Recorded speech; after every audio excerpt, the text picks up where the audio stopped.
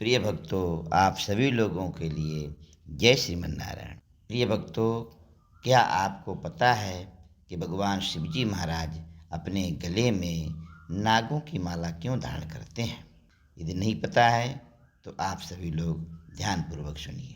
भगवान श्री कृष्ण नंदन का जब अवतार हुआ तो भोले भंडारी भगवान श्री कृष्ण को देखने के लिए आए और जब बहुत रुदन करने लगे तब भगवान शिवजी महाराज ने अपनी जटाओं के द्वारा भगवान की झाड़ फूंक की और भगवान ठीक हो गए, हंसने लगे। भगवान के चरणों को स्पर्श कर लिया।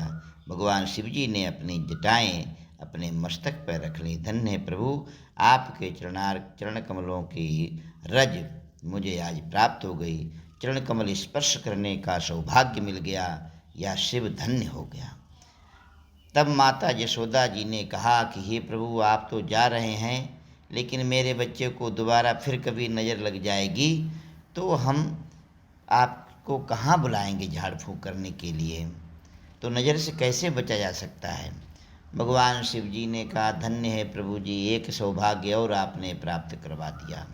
एक तो चरण स्पर्श करने का सौभाग्य मिल गया, दूसरा अब तो उससे बड़ा भी सौभाग्य मुझे मिलने वाला है।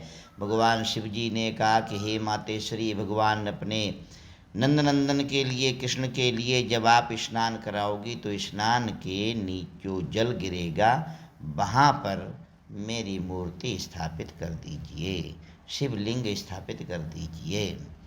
तो भगवान शिव जी महाराज ऐसा कह करके और कैलाश पर्वत के लिए चले गए। जब भगवान श्री कृष्ण जी बड़े हुए, उन्होंने भगवान के अद्भुत चरित्र के लिए देखा। भगवान ने कहा, धन्य है शिव जी महाराज, वास्तव में भोले भंडारी हैं। उन्होंने मेरे ऊपर इतनी कृपा की है तो मुझे भी उनके दर्शनों के लिए जाना चाहिए।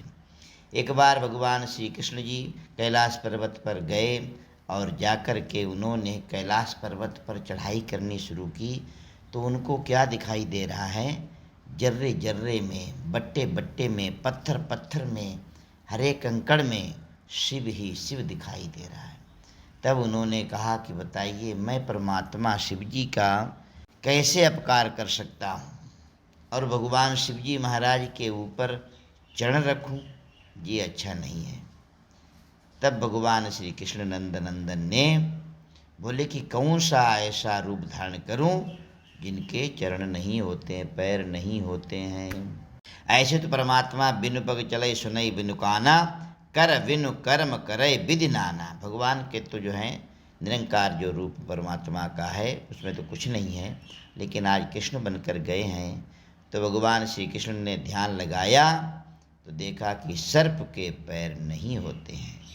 तब भगवान श्री कृष्ण जी सर्प बन गए और सर्प बन करके शिव जी भगवान के पास तक पहुँचे। जब उन्होंने प्रणाम किया तो भगवान शिव जी महाराज ने सर्पराज को उठा करके अपने गले में धारण कर लिया और दोनों भक्तों का और भगवान का, अर्थात ब्रह्मा विष्णु सदा शिव जानते अविवेका, प्रणवाक्षर के मध्य यह तीनों एका। ये त्रिगुणात्मक की शक्ति एक ही है। भगवान शिव जी महाराज खुश हो गए और भगवान कृष्ण भगवान भी खुश हो गए। अब भगवान श्री कृष्ण ने कहा, प्रभु जी अब दर्श स्पर्श हो गया है, अब आज्ञा दीजिए जाने के लिए। तो भगवान शंकर जी ने कहा कि मैं जाने के लिए आज्ञा नहीं दूंगा। हे प्रभु, मेरे ऊपर कृपा कीजिए और सदैव मेरे पास ही रहो। भगवान श्री कृष्ण ने कहा, एवमस्तु। ऐसा कह करके और भगवान श्री कृष्ण नंदन भगवान शिव जी के साथ में ही रह गए। आज भी भगवान की जटाओं में, भगवान के गले में सर्प की माला के स्वरूप में भगवान श्री कृष्ण को ही आप प्राप्त करते हैं, देखते हैं। बोलिए शंकर भगवान की जय,